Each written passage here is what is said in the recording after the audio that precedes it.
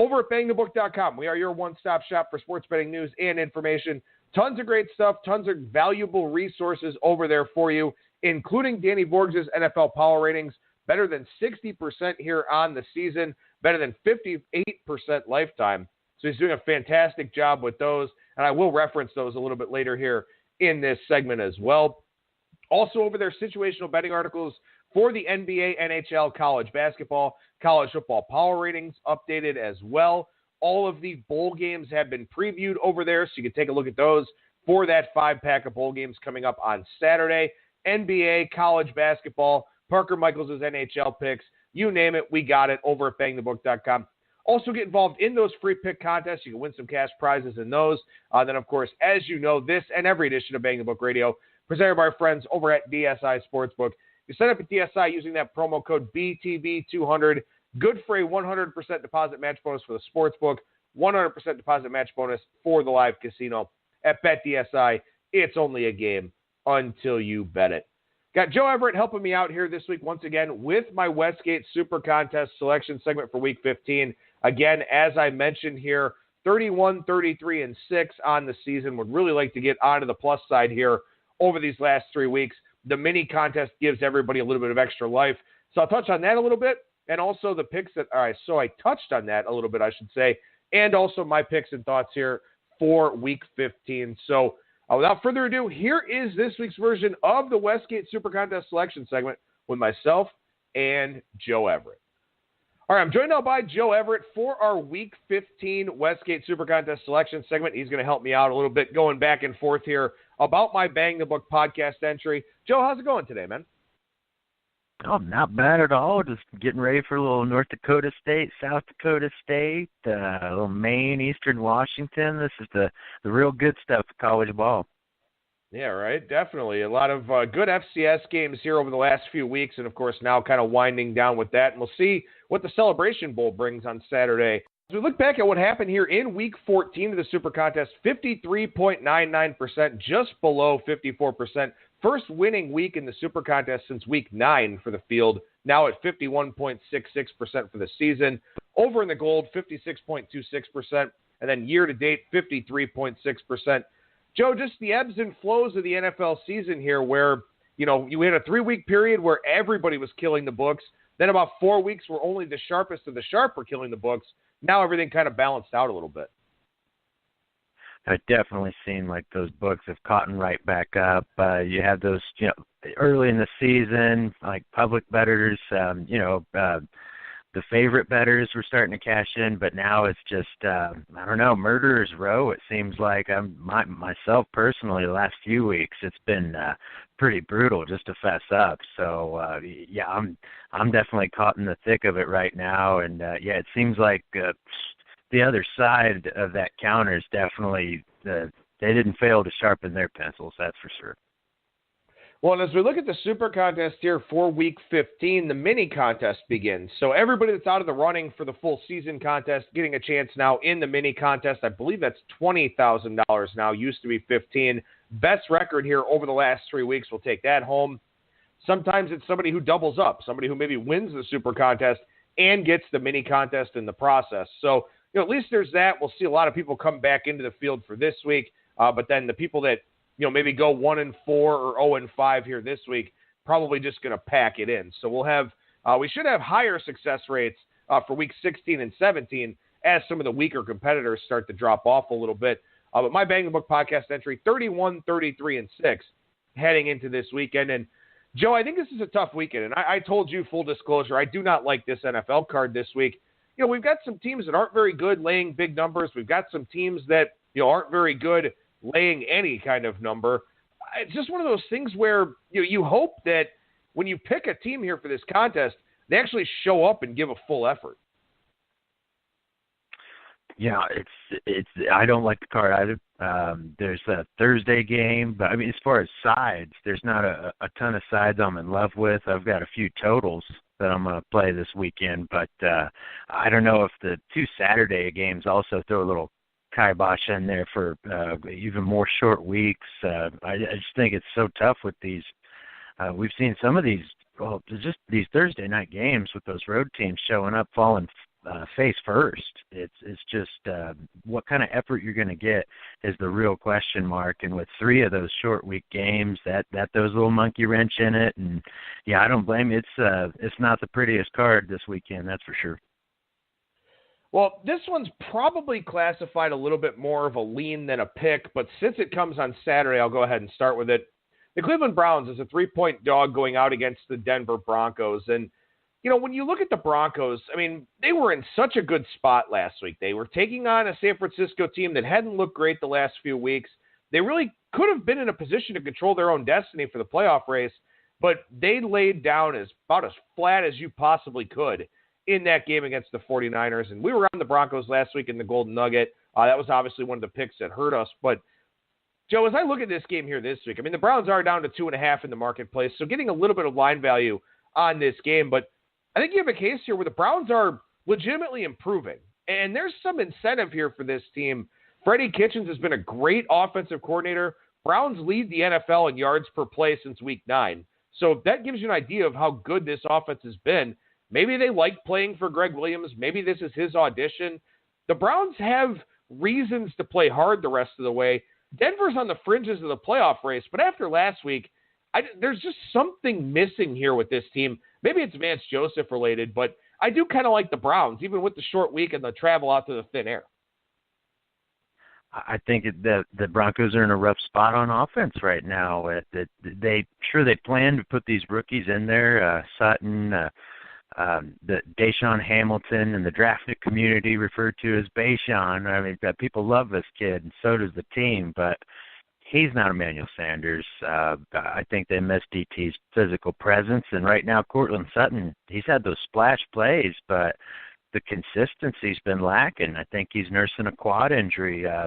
He didn't practice on Tuesday, so that's something to think about. Again, I'd stress the short week there. I think it's going to hurt both teams, but for a banged up team like Denver, it's not a good spot. The only thing that makes you worry is Baker. First time in Denver, see how he does in the altitude and all that. But the kid's such a gamer. Yeah, if for me here, it'd be Browns or nothing, because just the way the Broncos looked last week, that was just getting smacked around by Shanahan. Sure, he may have an axe to grind with how his interview went with the Niners and all that, but that's beside the point. I think that effort that Denver put out there last week, you definitely can't get on their side. Yeah, and, this Browns defense, I wish it was maybe a bit healthier. I think this is the kind of game where you'd really like to have a guy like Christian Kirksey to stop that week, but it's not like Denver throws the football in any sort of prolific manner anyway. I think the Browns, there's just this confidence that they're exuding right now. I do like the Browns this week. I mean, I think that they're in the right mindset, and I feel like Denver laid flat last week. I don't know how to get off the mat here to play a team that's still excited to be playing football.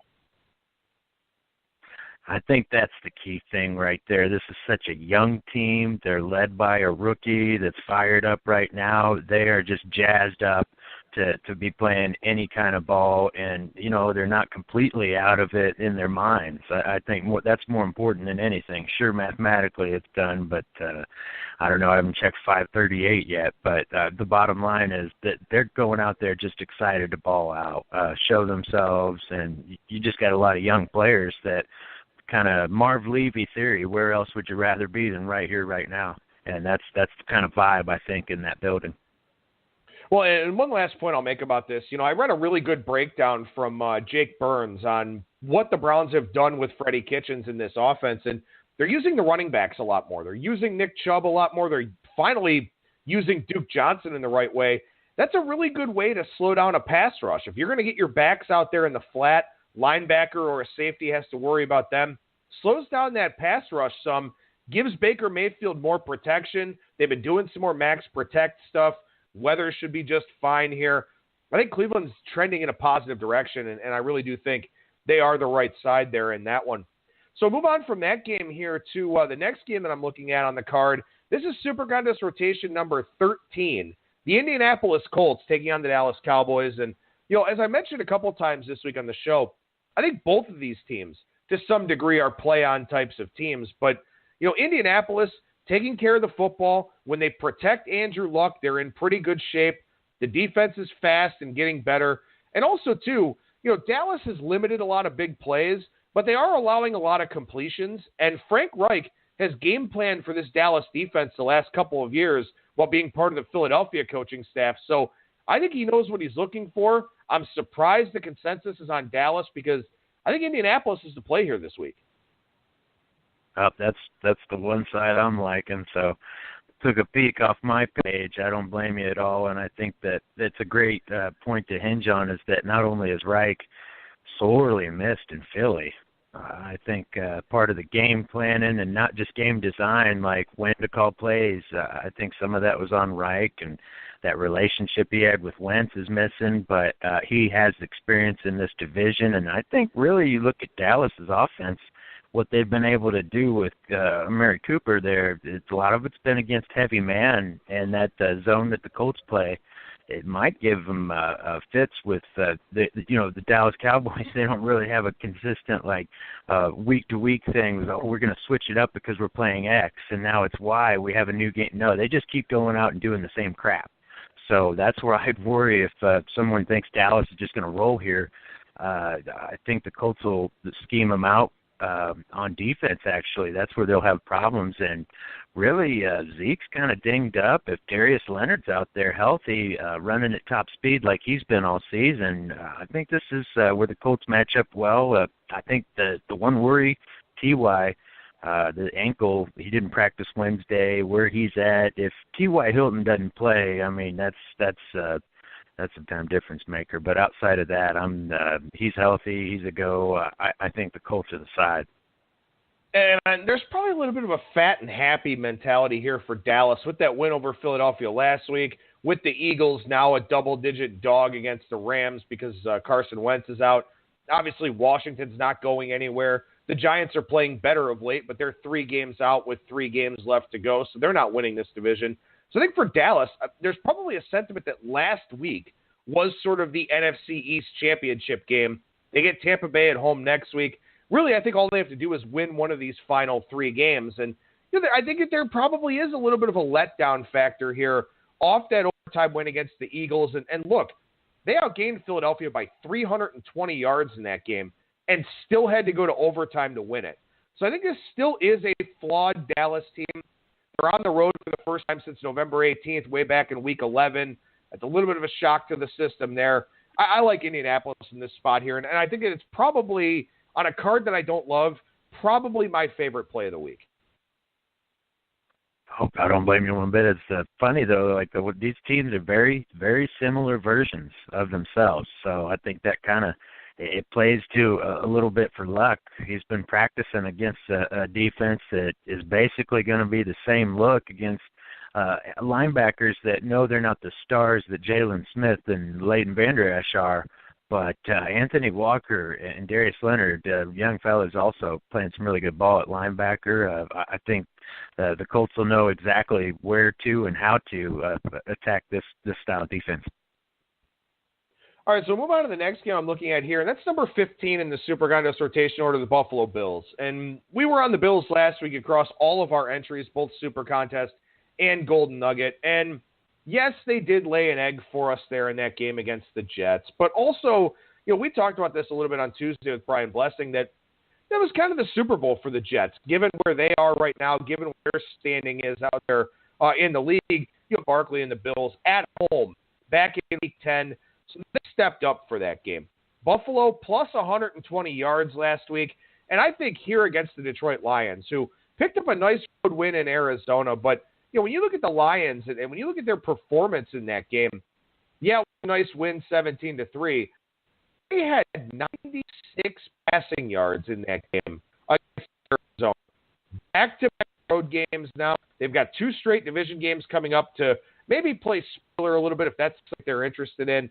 But, I think Detroit can run around and chase Josh Allen all over the field. I just think Buffalo, I'm not scared to come back on them this week. And I think maybe some people will be. And getting below the key number of 3 here at 2.5, I think there's some equity in Buffalo.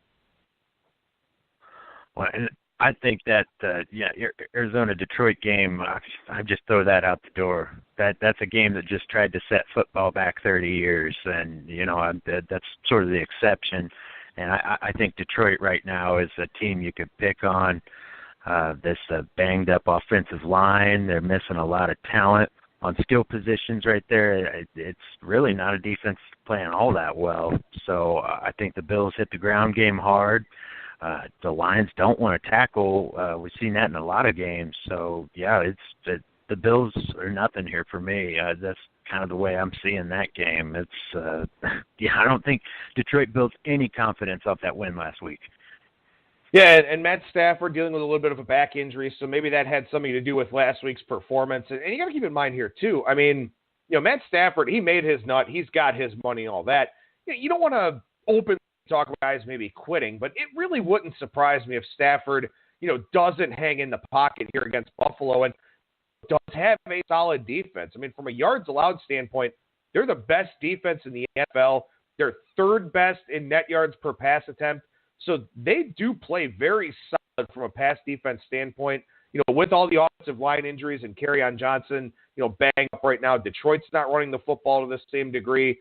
I just think Buffalo is the right side. I think Buffalo shows up to play. I think they're upset about losing that game against the Jets at home last week.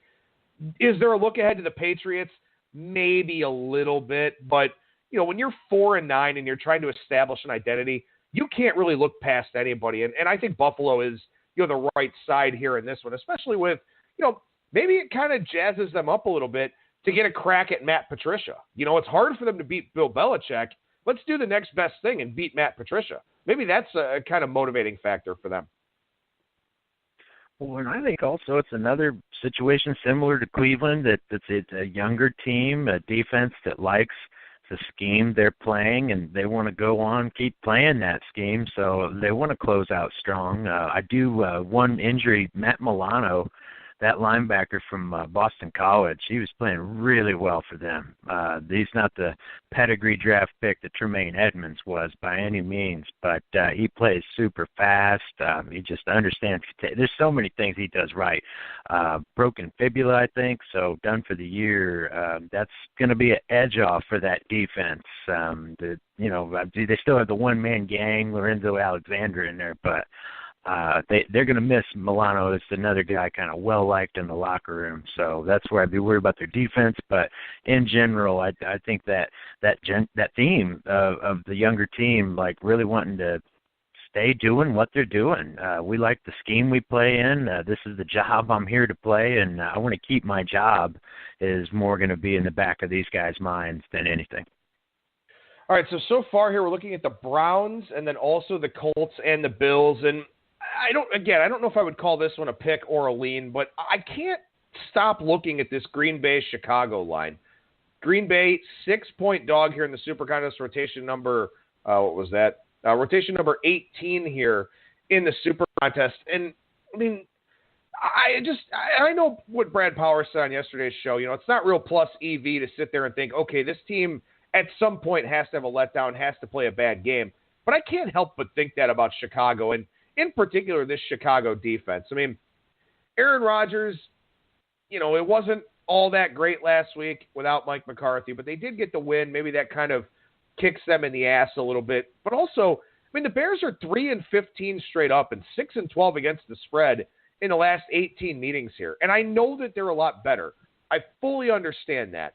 But maybe Aaron Rodgers just has their number. Maybe Aaron Rodgers is going to go out there and play for Joe Philbin these last 3 weeks. I just worry about Chicago getting margin with how Mitch Trubisky looked last week. And I know he was off the injury. I know it was cold and all that. But the Bears just – if Aaron Rodgers can get some points here in this game, I don't see how the Bears get enough margin to cover it. The Bears are the consensus side this week, which surprises me a little bit. So I'm kind of interested in Green Bay. Again, it's not necessarily a play, but there's just something about this game that doesn't add up. Yeah, you don't usually win a lot of money betting against Aaron Rodgers as a dog. I mean, that's kind of the general rule that I've like a hard and fast. No, I just don't do that. So I don't know. It's kind of stay away from me because the Bears have been so hot. They're playing so well up that front seven, and I think, too, the Packers' defense missing those two guys up front. Mike Daniels, seeing him with that ice pack on his foot, that is just that's more ominous than anything. It doesn't matter who you bring in. They're not playing up to the level that Daniels did. So I still worry about the Packers stopping the run game of the Bears. But I have to agree with you. Trubisky, he's still you just chart his passes 20-plus yards. You really have to worry about his deep, intermediate to deep accuracy. And that's where I really have a tough time. That's where I think you're right. Can the Bears actually cover this number with the way Trubisky's playing? I don't have confidence in that. But then, this Bears defense, I mean, they're just playing super confident right now with that pressure they're able to get. There's not a lot of weaknesses out there. And the home advantage is just a team I just don't want to step in front of that train kind of feeling with Chicago. Yeah, I mean, I would probably classify this as my sixth pick, so I would put it on the leans list. But, again, recording this on Thursday night, so I've got some time to figure this stuff out. But, again, there's just, it's such a historical outlier to see the Bears a 6-point favorite over an Aaron Rodgers-led Green Bay team that, just doesn't feel like it adds up. But then again, maybe the Bears hold them to 7 or 10 points and cover the game comfortably. I don't know. We'll have to see, and we'll have to see if that becomes one of the games that does make it onto my card here. But I'm probably going to have to be very Joe Public and take a look at the Patriots here, number 27 in the SuperContest rotation order against the Pittsburgh Steelers. I mean, we had the stat from Brad Powers yesterday on the show that the Patriots in the Belichick and Brady era, 20-0 after they lose outright and are an underdog or a favorite of 3 or less. So this is the role where they are virtually unbeatable. And when you look at what's going on here with Pittsburgh and with Roethlisberger being hurt and the turnovers, and there's some friction there with him and Mike Tomlin, now they don't have a running game. I don't feel like Pittsburgh's in a position to beat New England, even if the Patriots aren't what we're accustomed to seeing. I feel like if I'm getting Brady and Belichick under 3, I mean, I kind of have to fall in line with everybody else. Yeah, and it's tough to like the matchup for Pittsburgh. They really, their secondary, I think, is going to struggle. Edelman, you've got Gordon. I've heard a lot of how bad Josh Gordon looks, or he's not the Josh. I don't care. He's no bum. He's out there making plays, and that's what Pittsburgh's secondary, in particular, cornerbacks are not. If Artie Burns is really going to be out there starting, I think Brady's licking his chops.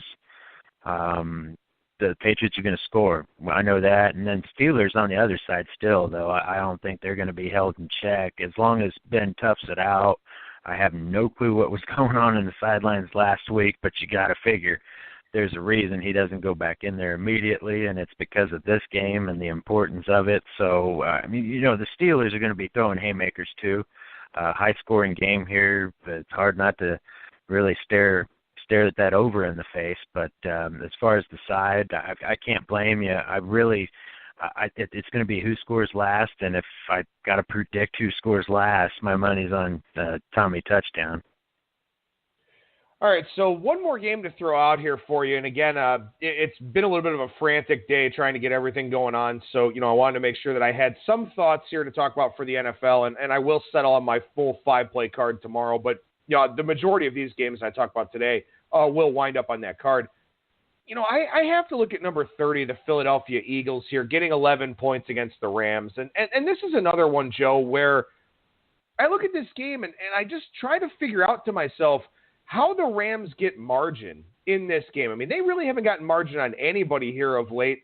Did cover against the Lions, but Detroit was 1 for 5 scoring touchdowns in the red zone. So they did have trips inside the 20. They just didn't do as much with them as they probably should have. And, when you look at last week's game, it was very clear that Jared Goff was all over the place.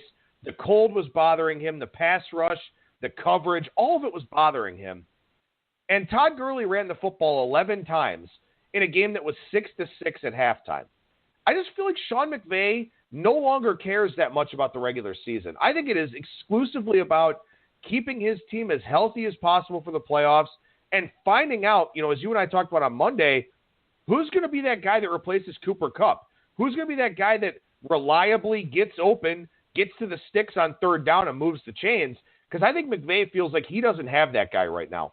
I don't think this is about winning games. I don't think this is about covering spreads. I think this is exclusively about finding out who he can trust in his pass game. And if they hang a number on Philadelphia, so be it. But I think Gurley's the best offensive player on that team. If he's not going to be a big factor here in these last 3 weeks, there's no chance in hell I'm laying a big number with the Rams. So I can't help but look at Philadelphia here, who maybe gets a shot in the arm with Nick Foles back behind center.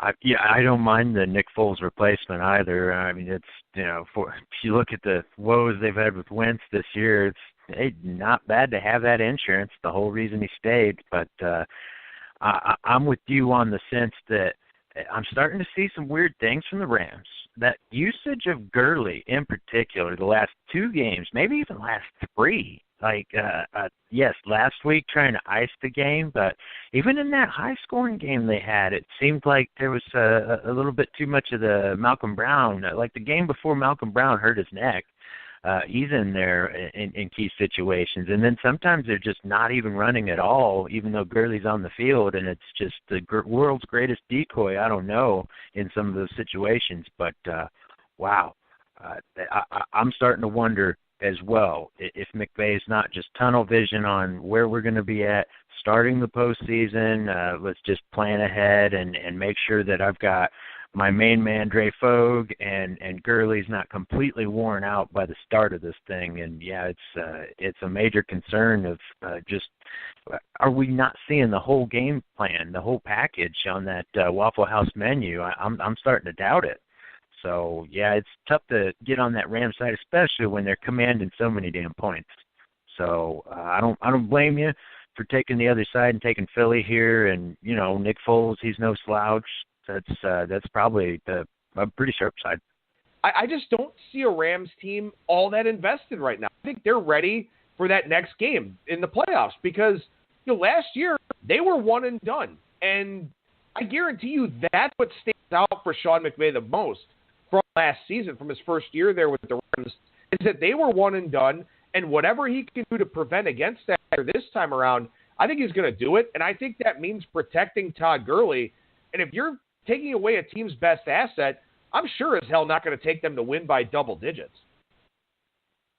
Now, that's the smart way to think about it because especially the point that, last year, yeah, we got there. We got to the playoffs. Now what do we do? They're not going to have that happen again. They're worried about how fresh Gurley's legs are going to be and what shape they're going to be when the playoffs start. So I think that's kind of tunnel vision for them. I'll say it again, but it seems to be the way they're thinking, and I don't blame that loss on that way. I think they really just got their butts handed to them by Chicago, but I'm very concerned about them covering a big number like this when, sure, they may be covering it at some point in the second half, but this situation seems ripe for that backdoor cover there. Nick Foles makes those beautiful lob passes he plays, and that's the one time Aguilar gets open, and oops, it looks like the Eagles covered at the last second. Yeah, and for the Rams here too, I mean, Arizona and San Francisco coming up next. So if they want to get some momentum going, if they want to start moving in the right direction, they have 2 opponents to do that in the last 2 weeks. Also, those 2 injuries on the offensive line. John Sullivan, we'll see if he plays, if he can clear concussion protocol. Roger Saffold with the ankle. He's expected to play, but how much? How much does he actually play? Because, again, it feels like Sean McVay is in bubble wrap everyone mode for the playoffs here, and I certainly can't blame him for that. So the games I'm looking at here for Week 15 in the SuperContest, looking at the Browns, they're +3, Colts -3, Bills -2.5, then also looking at the Patriots -2.5, Eagles +11, and then the Packers probably on the outside looking in at +6.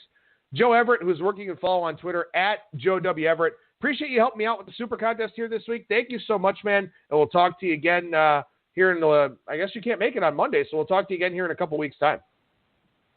All right, definitely be ready to talk football when the schedule allows, but looking forward to it every chance I get. Love the show, man.